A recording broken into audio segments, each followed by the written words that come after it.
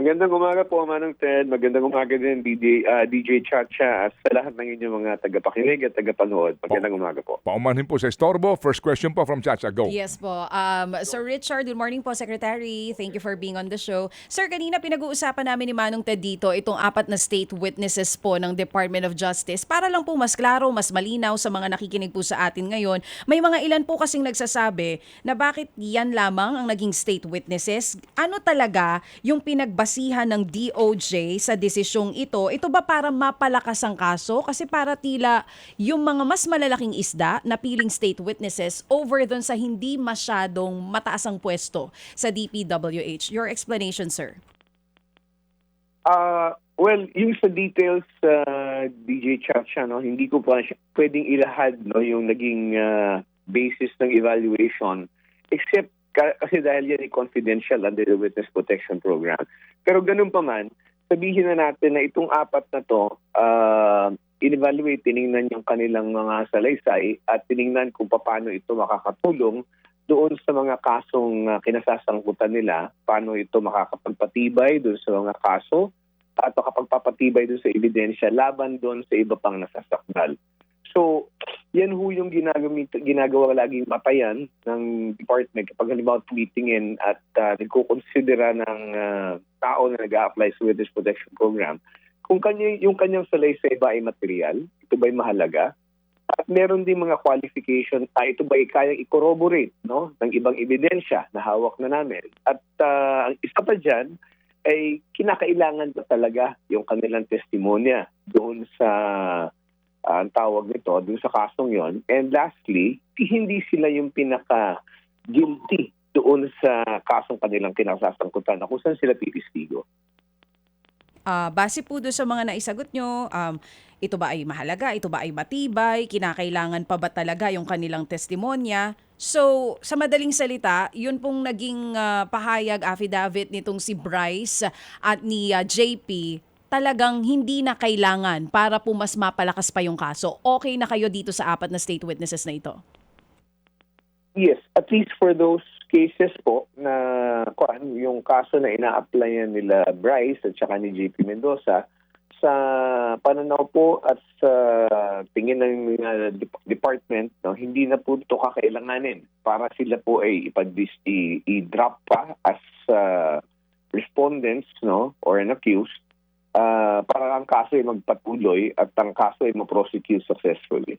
Hindi na po ito kailangan sa ngayon. Okay. At least malinaw lang po ngayon. Nasabi nyo nga po, hindi nyo po pwedeng isa-publiko talaga fully kung ano yung naging basihan ng DOJ kasi medyo confidential siya.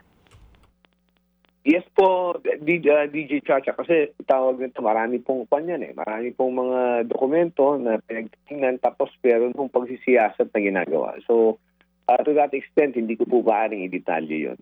Sige po, we understand. Sir, dito naman po sa 4 na state witnesses natin, para lang din po mas maliwanag sa mga kapatid natin, there's Alcantara, si Sally po, na isang contractor, and then nandyan din po si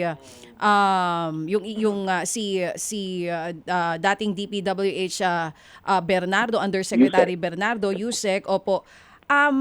Paano po yung magiging papel nila dito sa kaso? At saka hanggang saan po yung magiging immunity nitong mga taong ito? May limitasyon po ba sakaling merong bagong ebidensya na lalabas against them? Yes po.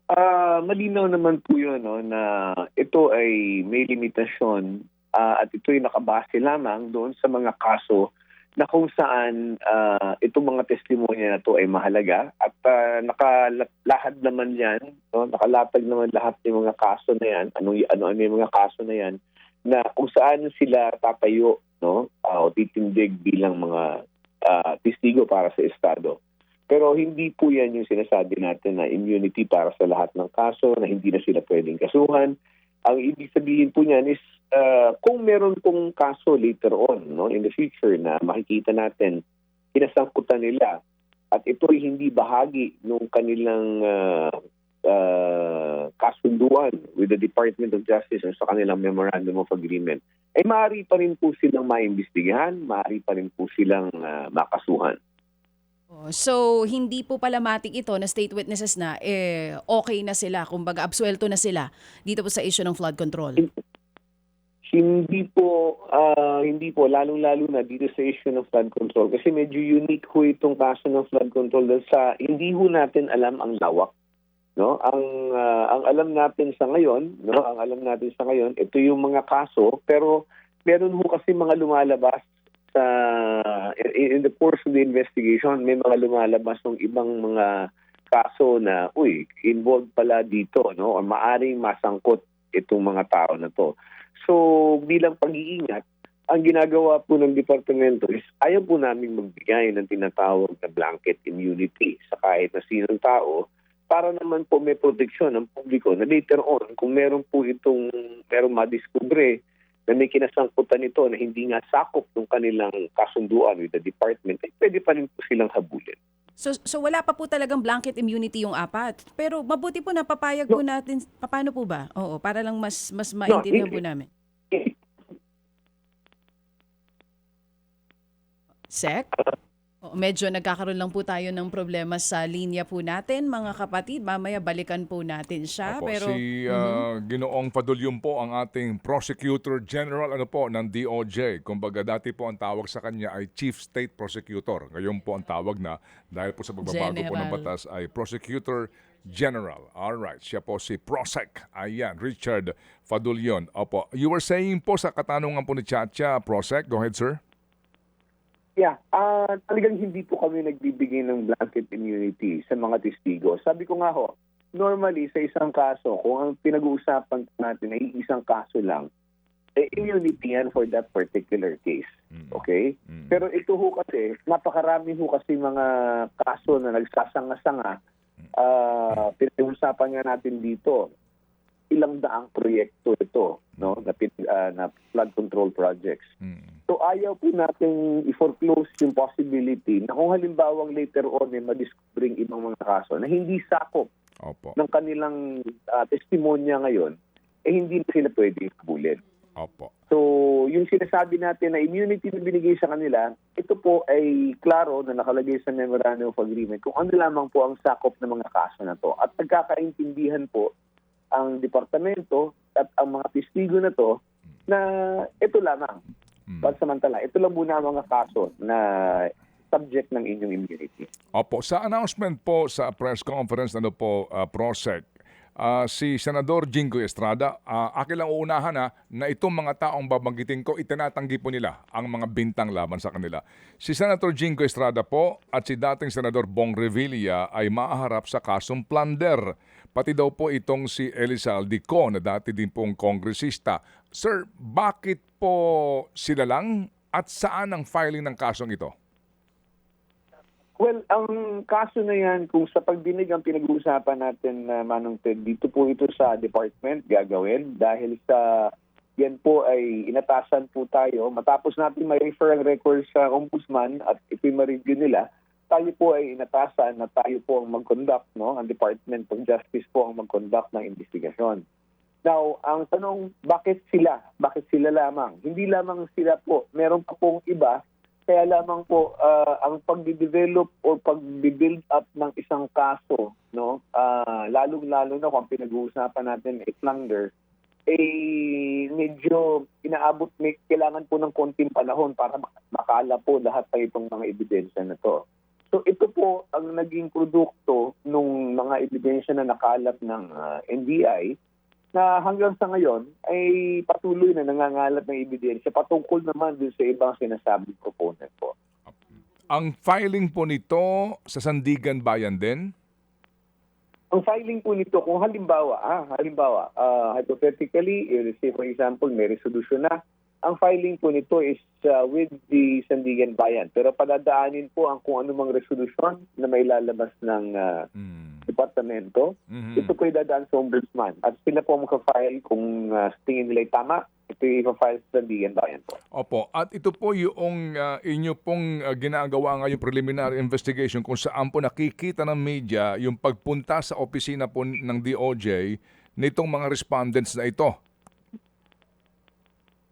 Kung as far as yung kikuan, itong nababanggit, yung binanggit po kahapon ni Secretary na kasong Opo, napuputol po tayo. Opo, binanggit kahapon ni Secretary. Sir, go ahead. Okay. Ito pong mga kaso na to, hindi pa po ito nagsisimula ang pagdinig. Nag-i-issue pa lamang po ng mga subpina kasi kababalik pa lamang po ng mga records. Yung nakikita po, yung mga nakikita po, let's say for example, nagpupunta dun sila Alcantara, nagpupunta si Bernardo. Ito naman po ay patungkol sa ongoing preliminary investigation na ginagawa ngayon ng department para dun sa iba pang mga kaso. Kasi sa katunayan Manong Ted, meron pong mahigit na 20 kaso ang nasa Department of Justice ngayon na sabay-sabay may preliminary investigation. Opo, yung pong pagpunta rin dyan ni Senador Villanueva, yung po'y para kaninong kaso? Para sa ampong kaso iyon?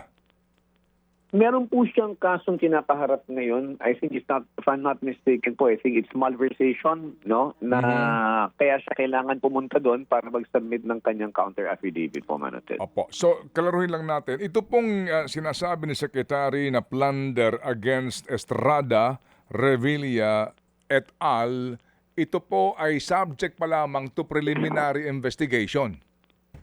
Yes, that is correct po, Manotel. That is correct. Opo, kasi po ang tanong ng iba, nasaan na yung ibang isinasangkot dito? So ito ho bang kaso po nila Revilla, Estrada et al. Ay hango sa naging mga affidavit at salaysay nila Yusek Bernardo at Alcantara? I believe that is one among the evidence that was considered po. Okay. So ito pong kaso nila Villanueva et al. Din, diyan ngayon, ay sa hango din sa mga sworn statement nitong sila Alcantara at nila Bernardo at iba pa. Yes, sir. Sila po ang magkakasama dyan sila po ang kasama dyan sa kaso na yan. Okay. And then, ito pong preliminary investigation na ito, gumugulong na. Meron ho ba kayong takdang panahon kailan matatapos ito para po sa kaukulang rekomendasyon? Well, sabi ko nga Manong Ted, no? Kung ang pinag-uusapan natin itong kasong magsisimula pa lamang, usually ang timetable niyan is 60 days. But we have been able to finish all our cases well within 45 days. Natapos po natin lahat, no? Depende po kasi yan sa pagsusumite nung mga kontrasalaysay, no, kung hindi po hihingi ng extension. At saka depende rin po kasi yan sa dami ng tao na kasangkot o kasama doon sa kaso. Opo, kasi nga Kasi po, lahat po yan bibigyan natin ng pagkakataong sumagot. Opo. yes sir. Kasi nga po hindi pa ho ninyo actually alam kung gaano kalawak, gaano karami, no, ang mga sangkot dito. Opo. Pero sir, the fact nga po na kasama na ngayon sa listahan po ng mga testigo ng Estado itong si Yusek Bernardo, yun ho bang kanyang affidavit? Ganun pa rin ho ba o nagkaroon siya ng karagdagang pang affidavit o another supplemental affidavit? Hindi. Ang alam ko lamang Manong Ted, no, kasi doon sa evaluation, kailangan nating makita kasi yung records ng kanyang admission sa programa, kung ano po yung mga affidavit o affidavits na kanyang sinumite. So, sa ngayon hindi ko may di-disclose dahil hindi ko alam kung ilang affidavits ang naisubmit, no? At yan po kailangan ko pahingi ng kapahintulutan mula sa ating kalihim. Okay, kasi nga po dito po sa kanyang conclusion, sa kanyang mga affidavit, sinasabi niya kasi, given the complexities of the transactions and personalities involved, sinasabi niya, kung pwede, magkaroon siya ng karapatan din na magkaroon pa ng karagdagang mga affidavit. Dito po sa kanyang supplemental affidavit, dito po sa aking unang binanggit, may mga binabanggit nga siya mga pangalan po dito at dito po sinasabi niya meron siyang personal knowledge, no? Mismo siya po ang naghatid ng pera galing kay Alcantara patungo sa mga taong ito. Yung po bang mga nabanggit dito sa mga affidavit na to, iniimbestigahan na po ba ito ng DOJ kung mamarapatin po ninyo? Oo, Manong Ted. Kung hindi ako nagkakamali, yung kanyang salaysay na marami siyang mga binanggit na mga katauhan, no? And I think that yung statement naman na po yan, binasa niya doon mismo sa Senate Blue Ribbon Committee hearing. Pero kung ang tanong po ninyo is kung umuusad at ginagawa na ba yung investigasyon, opo, magmula pa po nung naglabasan yan, mga pangalan na yan, yan po ay tinatrabaho ng ating National Bureau of Investigation. Kaya lang, sana maunawaan ng ating mga kababayan na dahil sa lawak nito at sa dami ng mga personalidad na involved, hindi ito agad-agaran. Hindi natin pwedeng madaliin yung proseso ng pangangalap ng ebidensya. Opo. Opo. Kasi nga po, sir, ito uulitin ko ang lahat ng mga nababanggit dito ay tinatanggi ang paratang, maliban na lamang po sa mga hindi pa po lumalantad, gaya po ni Maynard Ngu at nitong si Trigib Olaybar na nababanggit din po nga sa affidavit na ito at mismo daw umano hinatiran ng pera nitong si Bernardo. Ito hong nabanggit kong dalawang ito at kung mamarapatin po ninyo, ito ba iniimbestigahan na rin? Yes, sabi ko nga po kanina, Manunted, lahat po ng personalidad na nababanggit ay subject na po ng ginagawang investigasyon ngayon. Okay, and then ano ho ba kapag ho ng ganyan na may kwento mismo, ang isang opisyal ng gobyerno na ako mismo naghatid ng pera sa Makati, sa ganito pong lugar, ano ho ba ang dapat po ng mga preba po na maihaharap kaya doon at yung kaukulang pong pangangailangan dito po sa prebang ito sa usapin po ng paghahain ng kaso?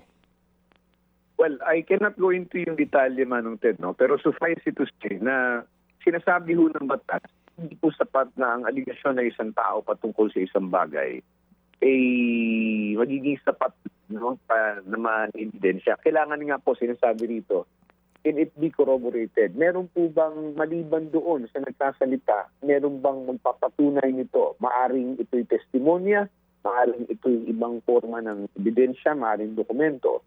Pangalawa, kinakailangan ba talaga yung kanyang testimonya para mapatunayan ito? At kung kayang i-corroborate ito, yung tinatawag na ibang testigo, mas maigi po. Meron makapagpapatunay, not necessarily into yung all the details na sinasabi ng tao, but only in certain parts na magpapakita na, oo, nangyari nga yan, And again, ulitin namin, hindi po kasi sapat na sabihin natin na merong nagbigay ng pangalan, may nagbigay ng lugar. Opo.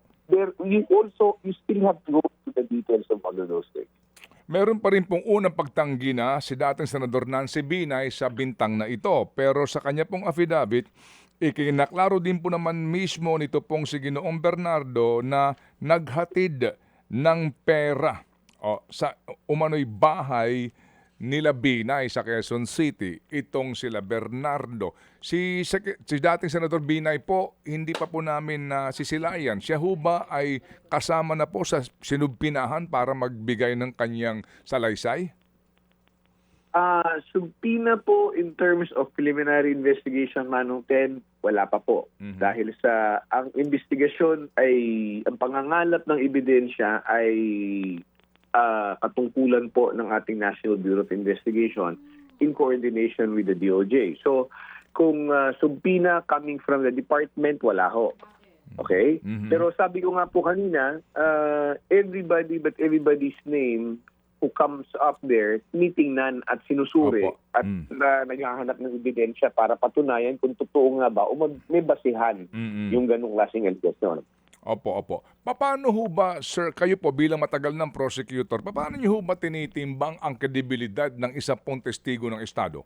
Halimbawa itong si Bernardo. So, ito ho, kasi nga may mga nagtatanong din, ano ba interest niya? Ano ba ang mapapala niya kung mismong yung kanyang mga kumpare, yung kanyang matagal na mga kaibigan, ay ngayon isinasangkot niya sa skandalong ito? Paano ba?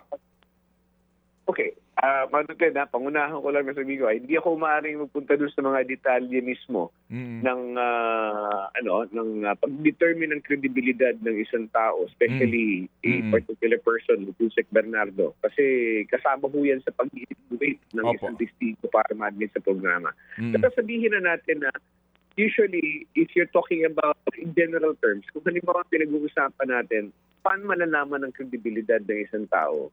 Kung siya ay sabihin natin bahagi noong sinasabing ang tawag nito, transaksyon, mas makapani-paniwala ko dahil sa alam natin nakabahagi siya, meron siyang personal na kaalaman. Di ba? Meron siyang personal na kaalaman doon sa pangyayari. Kasi kabahagi siya eh, di ba? Maaaring siyang mm. nag-deliver ng pera, maaaring sila nag-usap, maaaring sila nagplano. So yan ang isang factor na pagdetermina kung pwede consider na credible at the very least. Pangalawa, maaari bang makorroborate either by the testimony ng ibang tao or by other pieces of evidence, whether it's documentary or real, na yung sinasabi niya ay may basihan. No? Kung halimbawang sinasabi niya na okay, nag-deliver ng pera, ganitong sasakyan ginamit, at yun ay makapatunayan natin. Meron ganung sasakyan na at that particular time ay nakita doon sa lugar na kanyang tinutukoy, yan po ay makakadagdag sa kredibilidad ng tao. No? Of course, apart from the fact na personally, naging bahagi siya, alam niya kung ano nangyari, mas kapanipaniwala na siya ay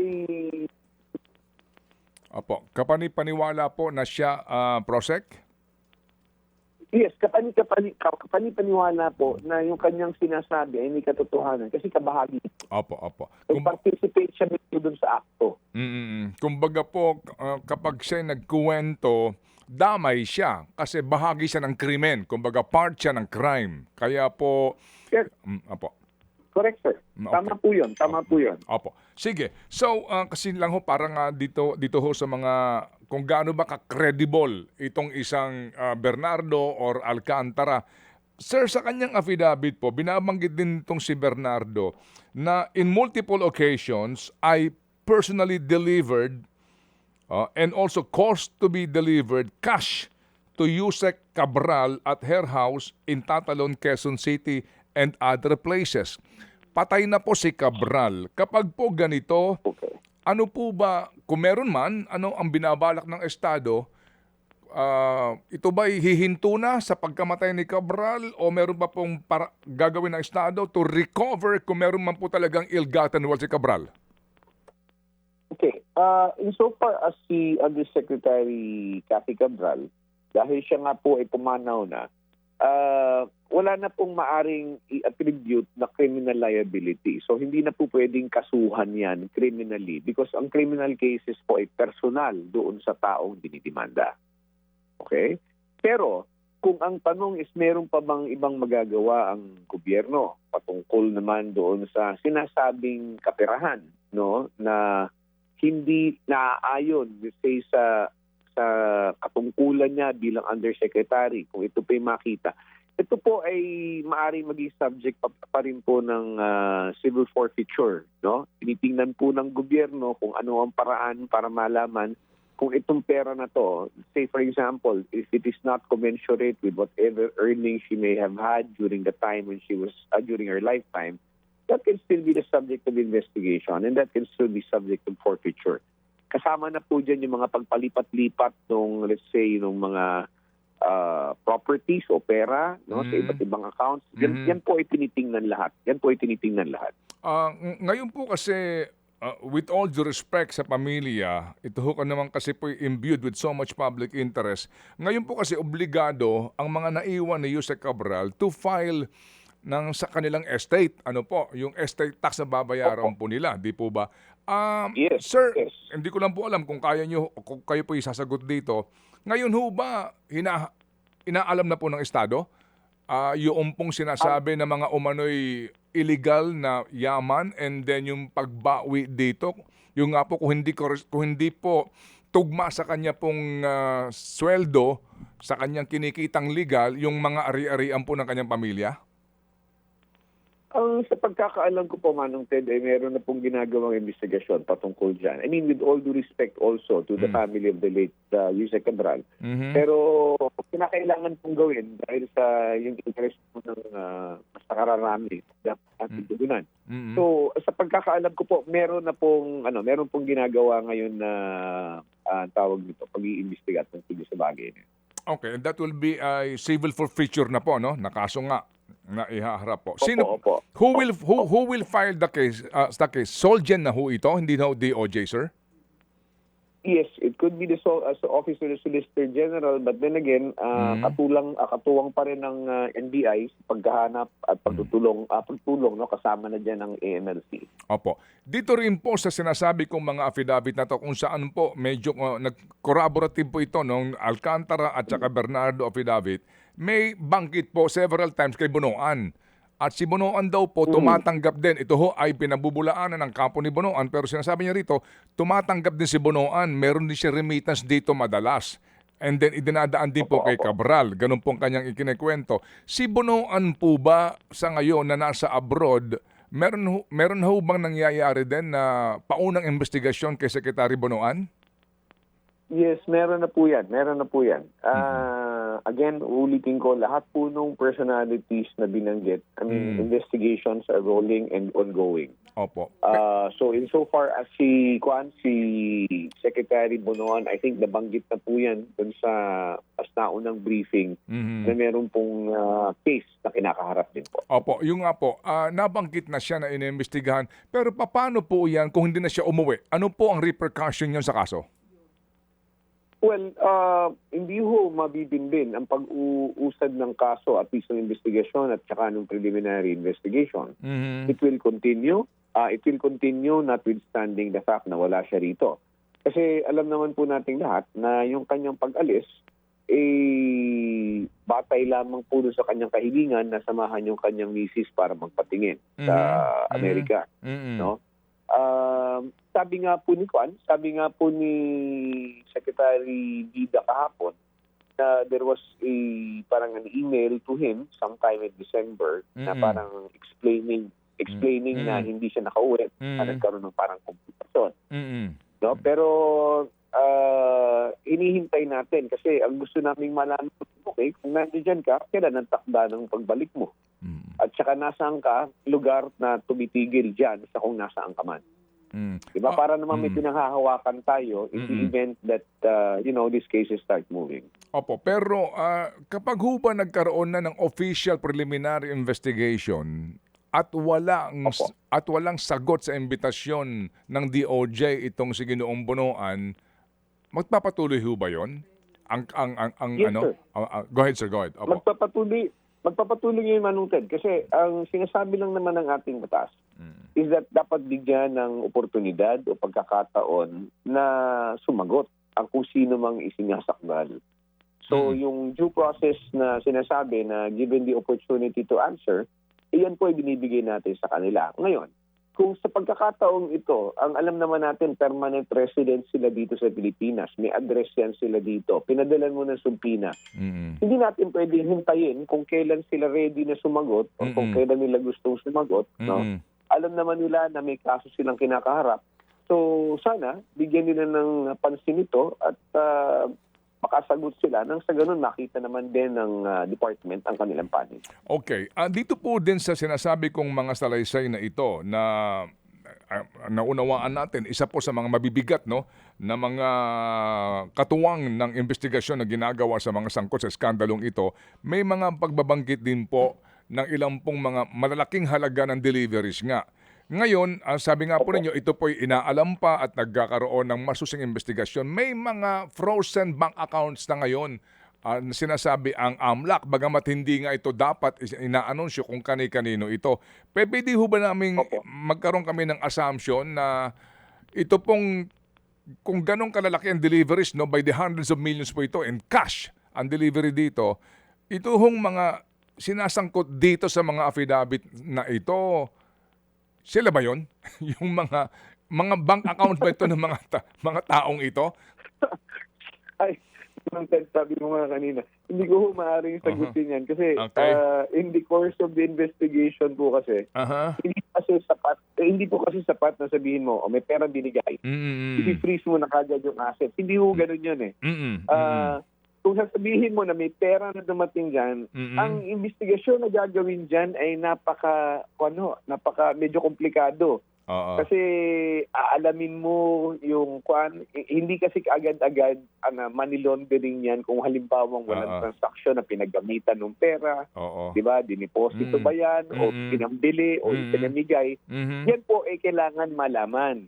No? Yan po ay kailangan malaman. So hindi ko po alam ngayon, sa totoo lang, at kahit naman din alam ko, hindi ko maaaring isiwalat kung ano po o sino po ang mga subject na po ng mga freeze orders. Opo, kasi nga din na naiintindihan natin sa ilalim po ng batas, dadaan ka pa sa Court of Appeals, no?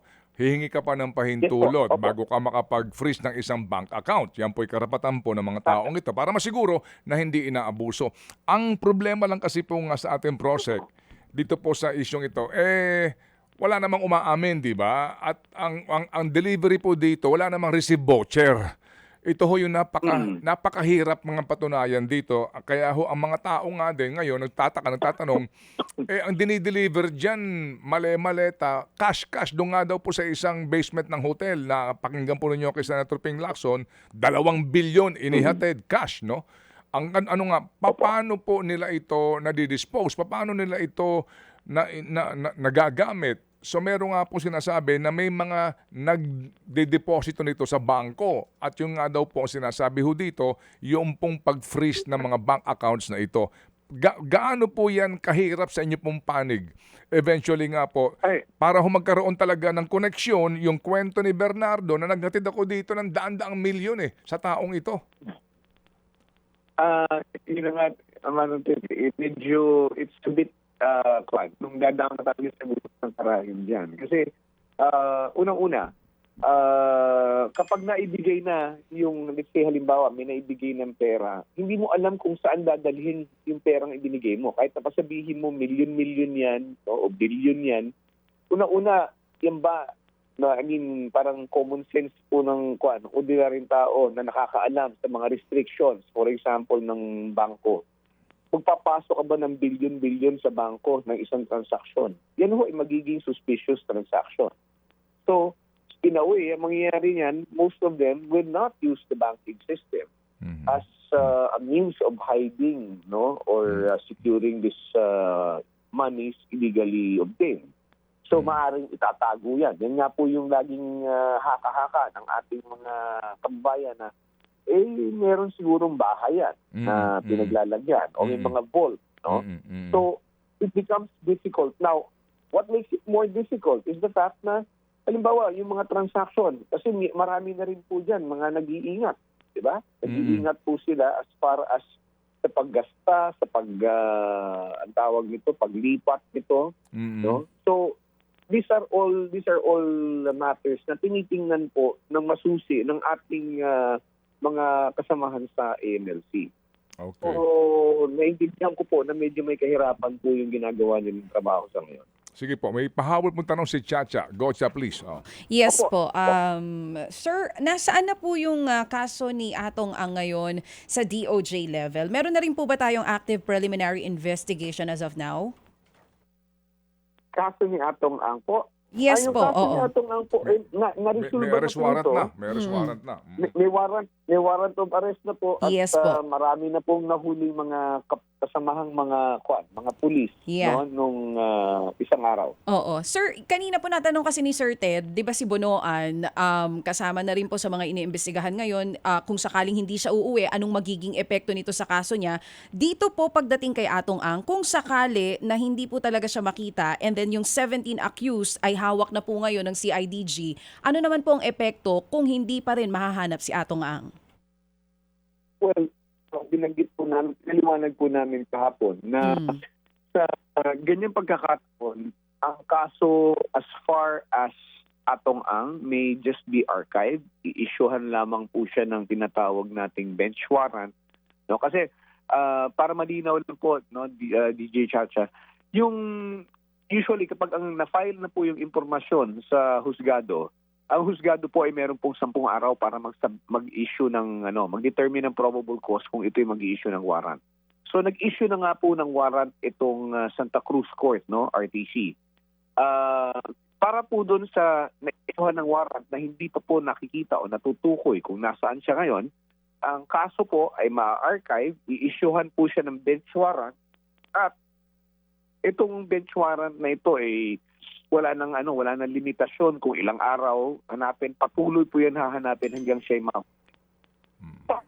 kasamahan niya at nasa po sa ilalim ng jurisdiction ng ating mga husgado ang mangyayari po diyan, magpapatuloy po ang kaso as far as they are concerned. So they will be subjected to arraignment and the hearings can proceed as far as they are concerned. Ayun, So parang, hindi po yan mabibinbin, hindi po yan mabibinbin simply because hindi pa po nahuhuli si Ginoong Atong. ayun, sige po. So, Prosec, para lang ho mas klaro, yung pong kaso nila Revilla Estrada et al., subject pa lamang sa preliminary investigation. Yung kaso po na malversation, nila Villanueva et al., ito po ay ongoing na ang preliminary investigation.